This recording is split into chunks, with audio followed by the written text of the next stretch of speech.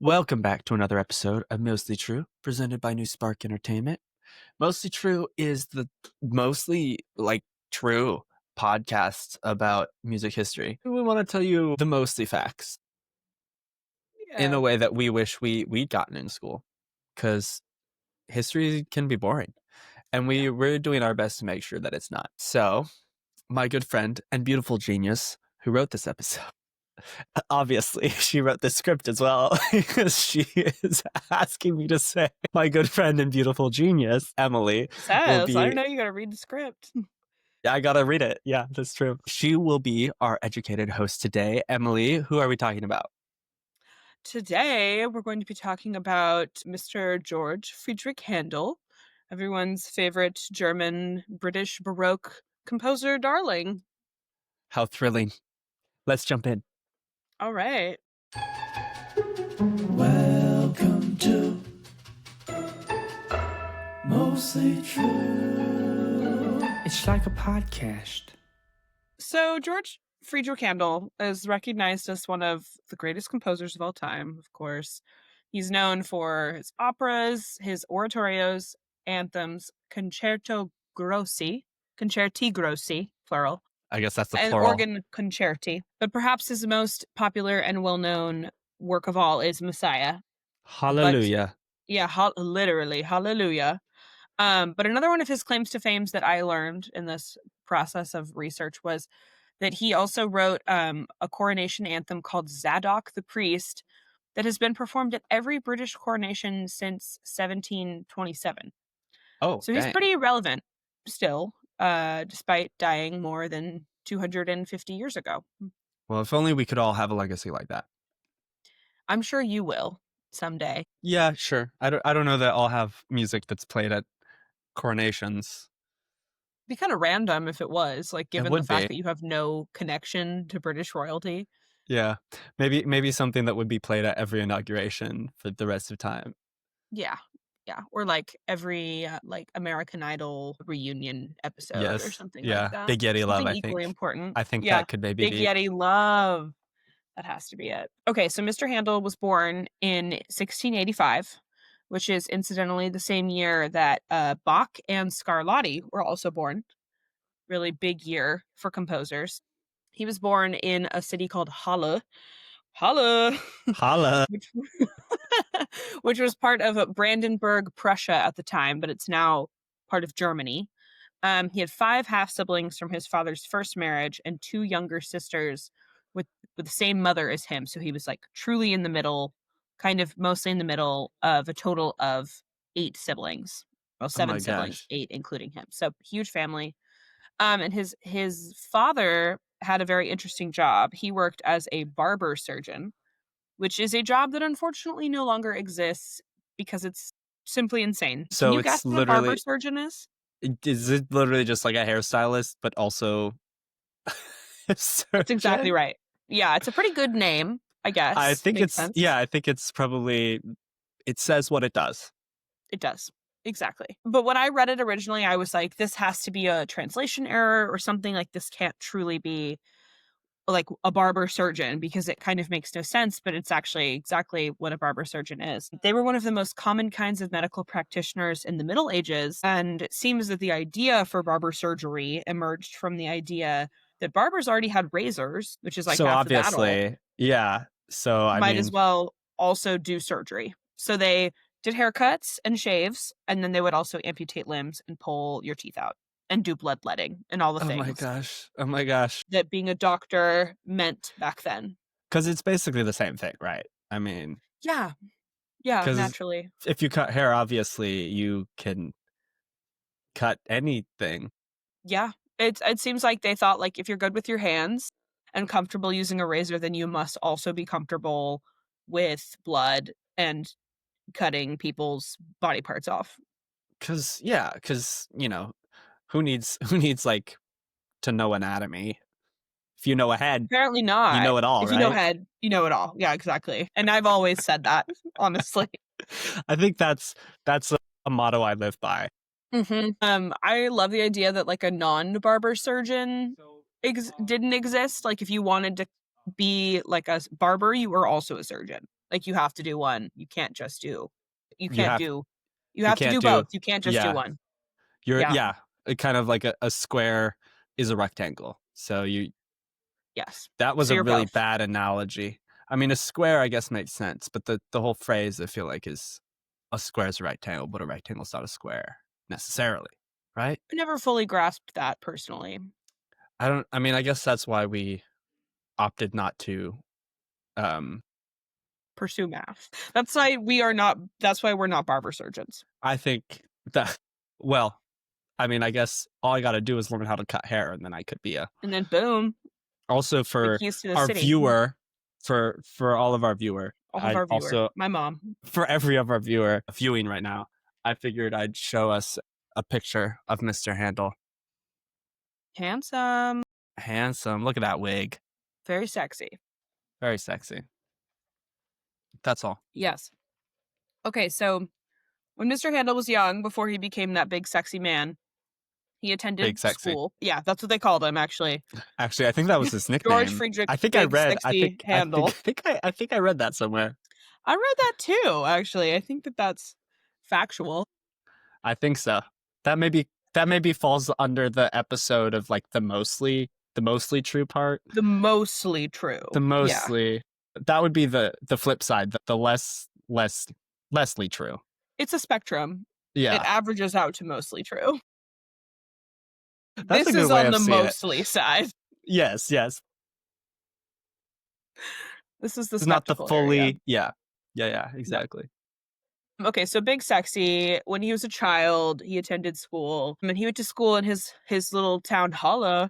And the Holla. headmaster at this school was this guy named Johann Praetorius, who was apparently like a really remarkable musician in the town. And it's a little bit fuzzy here, but it seemed to be implied that the headmaster's musical skill was influential to Handel in his interest in music.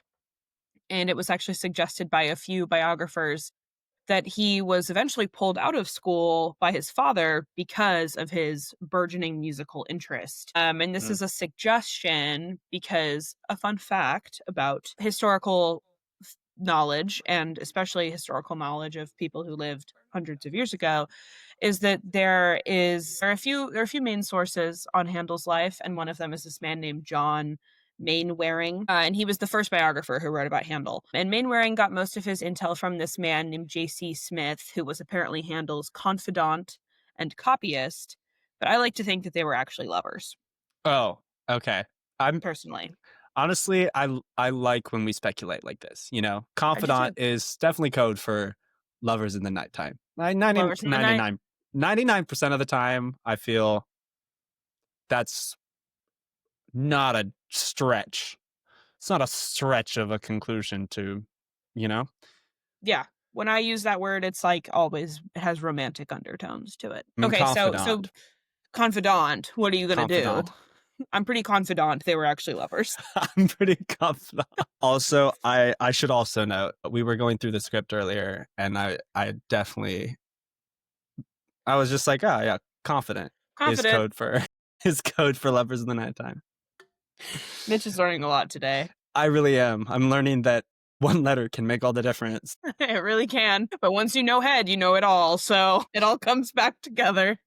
That was a nice callback, actually. Thank you. Yes. Okay, so Mr. Mainwaring is the primary source on this idea that Handel's father was disappointed in his son's musical interest. Other historians don't necessarily agree with this, but if we're going to lean into it, Mr. Mainwaring thinks he wrote this sort of fanciful tale of a young Handel somehow purchasing and transporting a clavichord into his family's home and bringing it all the way up to the attic where he would play it in secret at night after everyone went to bed. And this is because apparently his father was like really anti-music. He didn't even want young Mr. George to go to other people's houses where musical instruments might be present. Apparently they weren't allowed to have musical instruments in their house, but allegedly he was able to get this instrument into the attic on his own when he would practice there all night long. Dang. That's sad. Yeah. I know. Kind of a sad possible reality. We really can't know. But when he was between 7 and 9, so maybe 8, he and his father went on a little city, they went on a little city. They went on a little They trip went to a on a city. city. They went on a city to a place called Weissenfels. Mm. And on this trip, Handel somehow ended up performing on the court organ in the palace chapel in the middle of this city and stunned everyone there with his skills, specifically the Duke, who was just there, because why not? Because, I mean, as dukes often are, just Precisely. there. Constantly. And so the Duke was like, George Sr., you got to get your kid some musical lessons because he clearly has some skill. And who is George Sr. to deny a Duke? So whether he Feel like supported this or not, apparently he was like, okay, we'll get this, we'll get you some lessons, we'll get this arranged. So they got him hooked up with the organist at their church. And his name was Friedrich Wilhelm Zachau. And apparently he really turned the party when it came to exposing Handel to different kinds of music. He made him listen to pretty much everything. He started having him work with various instruments, beginning his compositions and stuff. And apparently a lot of the musical traits that we now consider Handelian can be traced Handelian. back to the exposure to all of this music that his music teacher was really fond of. So I guess he kind of inherited that taste and internalized it. Okay. Okay. So when I think of Handel's music, I mean, I guess if we're talking like the music, typically like the first thing that comes to my mind is Oratorio. I know you mentioned Messiah. He was a dramatist almost as much as he was a composer, is what a lot of historians kind of consider to be his claim to fame. And so he kind of pushed the boundaries when it came to really dramatically setting these lyrical lines to music and utilizing harmony and melodic line, text painting, all of these things to highlight the drama and kind of maximize the performance of the text. Hmm. And he used the musical ranges of each voice type in Messiah in ways that were very different from one another to kind of what is the What's the word? word? To designate, not To designate, differentiate? to differentiate them and also kind of highlight the character of each of the vocalists and the vocal lines and really support the storyline of the text. But we're getting ahead of ourselves. Messiah. Classic us. Classic us, yeah. Okay, so we left off with Handel studying with the organist of his local church.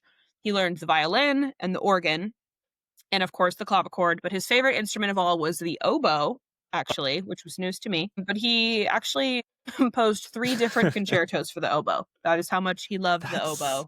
So interesting. I like the oboe is not an instrument that I'm like, I'm gonna write a bunch of music for the oboe. No, I don't have the personal affection for the oboe that he No. did, but It kind of sounds like a duck underwater. yeah, I played the clarinet when I was younger, and so I guess I'm between the clarinet and the oboe. I'm a little bit more clarinet heavy. Yeah, I mean, I feel like a clarinet is a lot more pleasing. The oboe, I guess, the oboe is just really piercing. Like, I feel Yeah. like an oboe line can cut through an orchestra really easily. Maybe a little bit more so than a clarinet. Can cut glass. Yeah. And I've always said that. Yeah. That's another thing. Yeah, another motto I live Another by. phrase I'm always using. That cut through like an oboe. Okay, so now we're in 1697. It's almost the turn of the century. And our young Handel is 11 or 12 and his father dies. Wow, we haven't gotten very far, have we? He's No. only 11. And he died. His dad died. It's really sad. Oh gosh, very sad. But at the same time, we still don't know what is the relationship between he and his father, because maybe his dad hates music. Unclear. We have this one guy, John Mainwaring, who thinks that that's the truth. But at the time, it was German custom for friends and family to write funeral odes when someone important died. And so apparently George Sr. was important enough to earn some of these funeral odes. And so George wrote his poem and signed it with his name and wrote dedicated to the liberal arts. And a lot of historians kind of viewed this as a sick diss on his dad, who allegedly didn't care for his musical ventures. So he was kind of like, Dad, you're dead. Here, this is dedicated not even to you. Not even this to is you. dedicated to the things that you hate. Apparently. That or you it was hated. he signed his name and it was sort of if I were to say Mitchell Beard, dedicated to the arts. Like Mitch is dedicated to the arts. Oh, I Unclear if see. he was like identifying himself as dedicated to the arts Or or dedicating the his music to. poem. Unclear. But right after this happens, around maybe a few years after this, he goes to college. He gets a job working as an organist in a cathedral, and he's studying with this guy. His name's Christian Thomasius, who was like a very like liberal, intellectual, academic guy. And he was an early denouncer of the witch trials that were going on at the time, which Oh, kind of got him in some hot water. interesting. But apparently, he kind of instilled in Handel at a young age a respect for the dignity and freedom of man's mind and the solemn majesty of the Okay. hoity toity. The Yeah, little hoity-toity. definitely.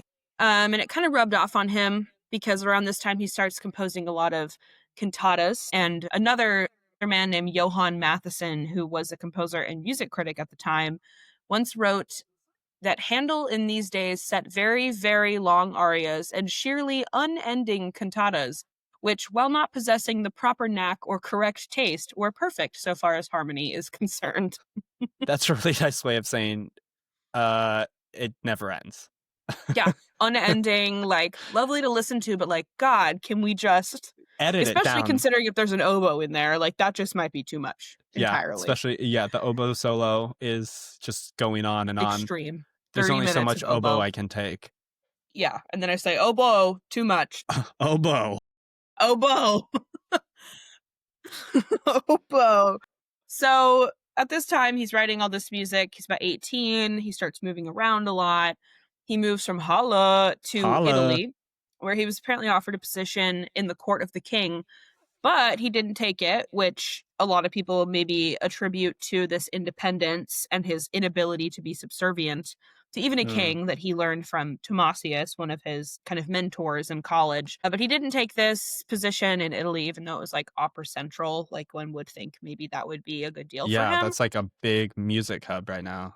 Exactly. And he's sort of starting to step into opera at this point. He's writing more for voice, he's writing longer form works, but he was not interested in kowtowing to the king, and so he was there for a little bit, working independently, kind of picking up gigs, and then he moved to Hamburg for a while, and then Hmm. eventually to London, which is where he spent kind of the majority of his time and did the majority of his huge work. But because of all of this travel and work in all these different places, he was considered kind of a swanky cosmopolitan man about town.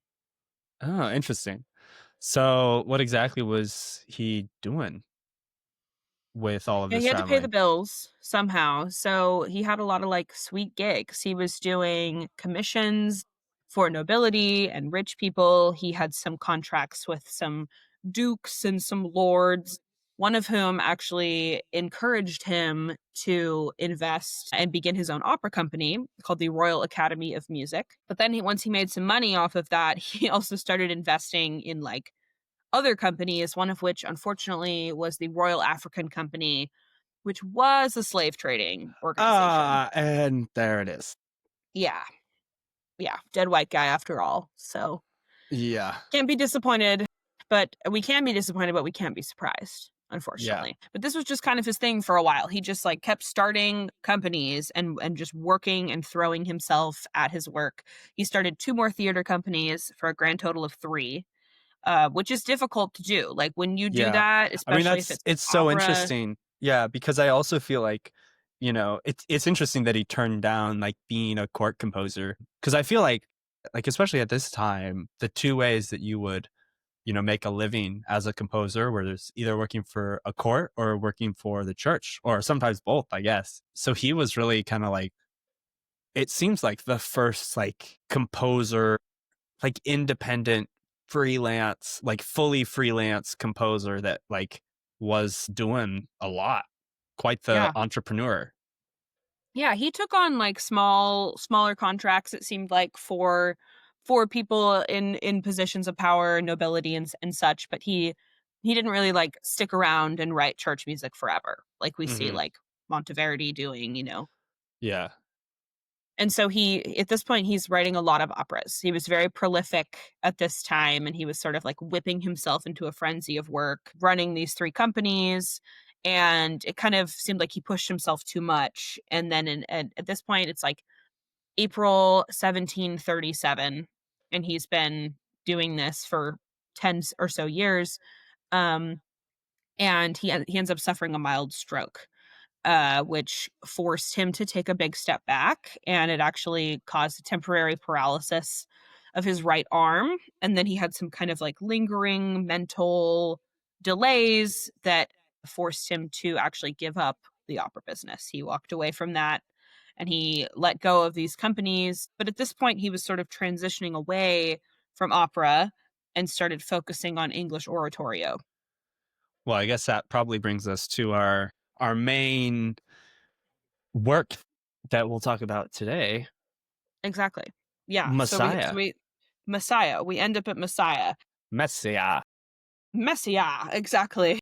So he started replacing Italian soloists and solos with English solos and writing more in English. I saw kind of a theory that potentially it was because he was a little bit bitter about the losses that he endured when he was primarily pushing opera in Italian language. So he was like, I'm done with that. I want to write in English now. Okay, English now Turning said. a new leaf. Yeah.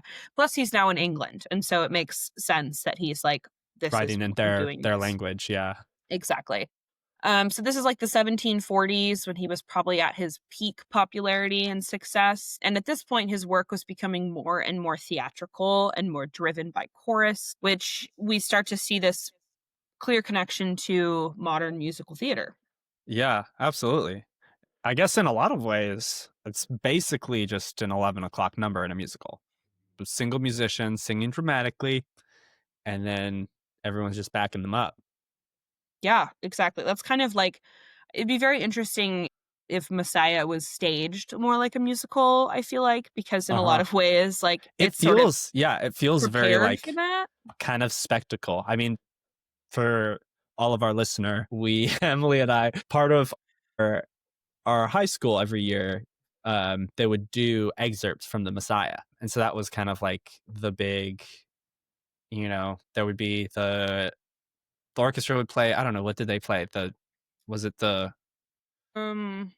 whatever? The There was glory some of the like Lord. and then there were four soloists, and then we sang and the glory of yeah.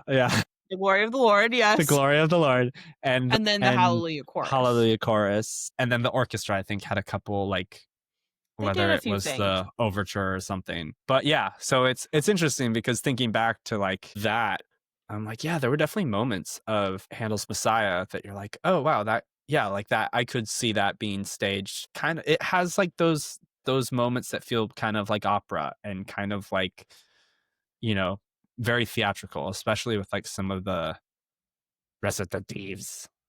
Yes, absolutely. Yeah, that was another factor of the oratorio, was that it would usually be sort of the recipe was like the recitative with sort of like more spare accompaniment, kind of like very gentle. Usually a chamber orchestra would accompany the recitative, and then we would move into the actual aria portion, which is a lot more, wide in range. Recitative is a lot more like speak singing, which is where you get the recit, of course. And then the full orchestra, or even a larger, maybe not the full orchestra, but a larger part of the orchestra would come in and join the aria. And that was kind of like, usually it would be like recit, aria, maybe a overture, chorus number, and we would kind of do that over and over again. And that is the Messiah. Messiah. Have you ever seen the full Messiah? I actually have not, but I know it's like hours long. It's incredibly long. I think I've seen it once, and I really like the Messiah. So I was excited about it, but I think it was 3 hours long. Yeah, which and is, it doesn't for move for along. oratorio, there's no reason. There's no reason you need 3 hours of music for oratorio. Well, they're covering the Messiah. They're covering the birth of the Messiah, which I guess is a long process. Is it like the whole thing, or is it just the birth? I think that's a good question, actually. Well, because like the sopranos we're obviously below, super learned. We've obviously we know done so much about this. So much research. I kind of haven't delved into them. Is that a past tense word? I haven't looked into the Messiah as much as I probably should. Because I haven't had to sing obviously, it in a long time. I haven't. Apart from what we've done in high school, that's my last. I think we sang the Hallelujah Chorus in college a few times, Mm. but it was just that. That's really, like, the banger that everyone knows. Yeah. I Yeah. feel I like mean, the most people there's Hallelujah a lot of chorus other is just, solos in there that I had never heard before until I heard the whole yeah, thing. I think I did a couple actually. There's one about a rod that broke or something. It's like a tenor solo. Classic. And There's an I alto just I just solo. remember I remember all of like the Baroque ornamentation stuff that Mhm. my voice teacher had me do There and is, stuff a like lot of that. them are, like, are Bible verses that have been set to Mhm. music, of course, which is very I popular, but I the do think something that's interesting and kind of worth noting is that lots of times when people think, and we might have talked about this already before, but like when you think of Baroque music, you think like classical music, you think like heavily notated, you think like don't mess with it. But I think something Mhm. that's really interesting that I didn't initially know was that a lot of Baroque music is like heavily ornamented on like the like almost improv like improvisation Yeah. side of things. Like a lot of like the Baroque music will have like ornamentation that's kind of written as a suggestion, but it's like people who are like really familiar with Baroque music and then the different ornamentation that you can add to it, it kind of is like it's really encouraged to ornament and like kind of improvise your performances almost with your own ornamentation and like to really make it your own, which I think is something interesting that I don't normally think about when I think about Baroque. It's really easy to kind of lump Baroque music into just like the general classical, like if it's written, that's Bible, don't mess with it, you Mhm. know? And I Yeah. think that was something that was interesting to learn, like when I started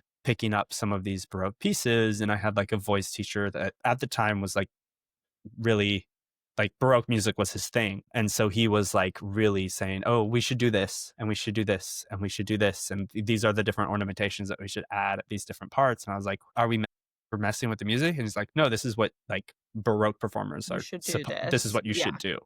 So I thought that was also something that's kind of interesting. Yeah, definitely. I feel like Baroque music is a lot more lively and sort of, like, playful than we Yeah. realize it is. When we learn about musical history, I feel like so much of it is sort of, like, stiff and wooden and maybe Hmm. not as interesting as other eras of musical history, but exactly like you were saying, especially instrumental improvisation was really common, like Hmm. figured bass. Yeah. When Where you it's learn kind about of figured like, bass. yeah, where like the harpsichordist is literally given like a chord chart equivalent, like of Yeah, the day. It's like here's the chords that we're doing to have fun. and you And get that your, was like, just walking bass, and then they just improvise with the right intervals that they just know. Like, yeah. there's sort of, like, the expected and traditional things that you do, I guess, but, like, Baroque musical groups still exist today, and they sing like, I've seen a few Baroque musical performances, and it's, like, a very interesting quality of sound that is Mhm. sort of canon to that musical. It's, like, very clean and pure singing without a lot of vibrato and a very Yeah. interesting, like, sort of that, like, the cleanliness of the sound, I think, is also Mhm. sort of related to, like, the biblical and religious topics that are usually sung about Yeah. too, like, the quality matches the content to a degree, And I mean, but what another cool thing stuff. that's yeah, another thing that's interesting about like the era that we're in and we're like coming out of that I find really fascinating is even just the tuning. Like the things of like musical theory and like what's happening just like from like a literal auditory standpoint. Even just the way that like the keyboard was tuned doesn't play as much into I guess instrumental music, but like especially with keyboard stuff, like the ways that things were tuned is different than like what we hear commonly. And so we're kind of like Yeah, in this in between where it's like equal temperament isn't necessarily like just like universally accepted yet. Like they're still kind of developing these ways to tune the keyboard so that you can play in multiple keys. And that's like, Bach's whole thing. And we'll get to that later. But like, I yeah, think it's interesting that even from like a music theory and like tuning standpoint, like we're in like this really interesting period of time where in our head, everything is just like the way that you tune a piano is the way that you tune a piano. And like when we think of classical music, we think of like everything's written, it's Bible, right? And like Mhm. this is like a period of time where like all of the things in terms of like people are experimenting and everything down to just like the way that what a note is even on Totally. something like a keyboard, like even that is still kind of like up for debate right now. And so I think it's interesting, like thinking about the Baroque time period is like it's easy to think back and listen and be like, wow, that's just like boring classical music. Boring. But it's like it's a really interesting time for music because it's like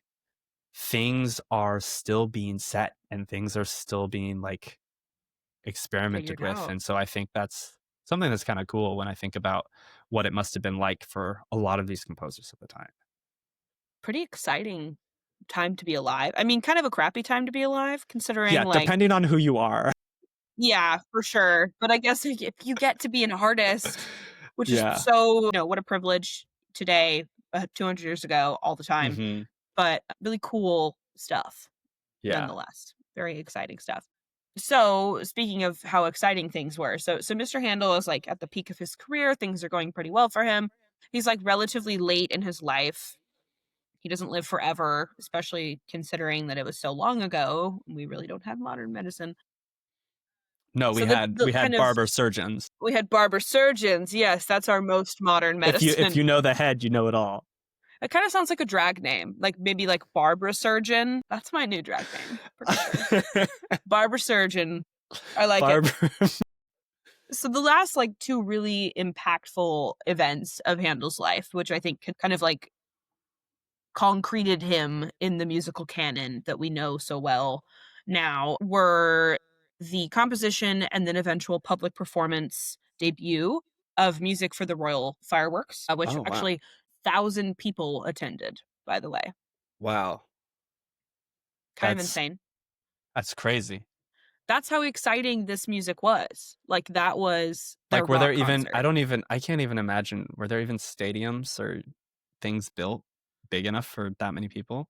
I So bet they just like just on the performed street. it, Yeah. yeah, like, or like on the palace grounds, maybe. Maybe Hmm. it was like a community square, a block party of A block sorts. party. Yes. Mhm. A Um, 1749 with block party or something. yeah, exactly.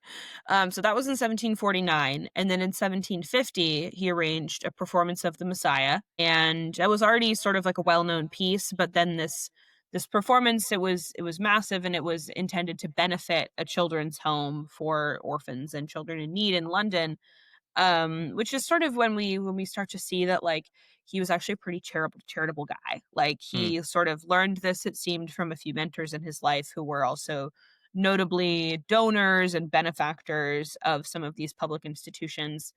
But he ended up leaving the rights to the Messiah kind of in the name of this children's hospital that he was hopeful would benefit them in the future. Okay.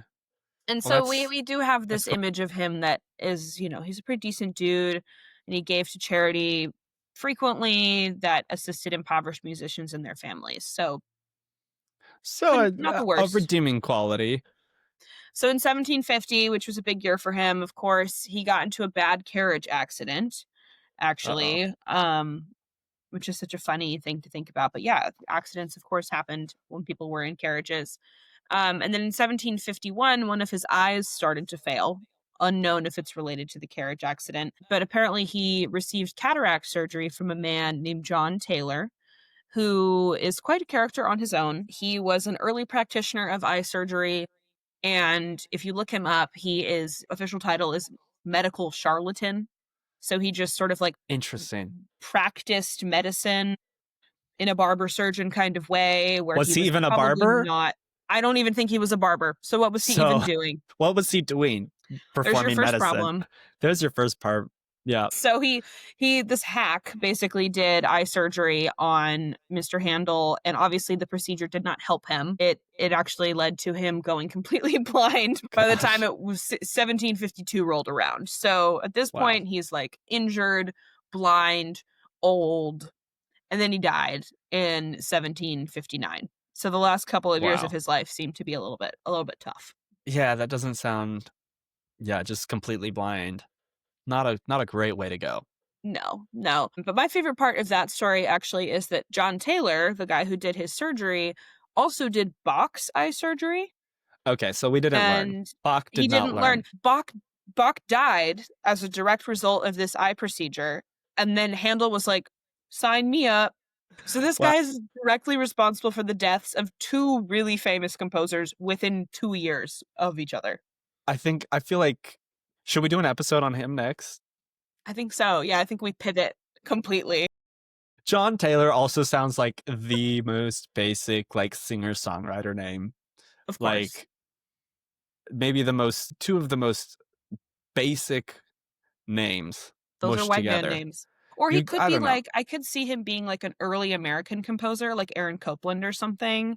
Yeah, John Taylor. You know, John Taylor. He could be anyone, but he could be anyone, yeah.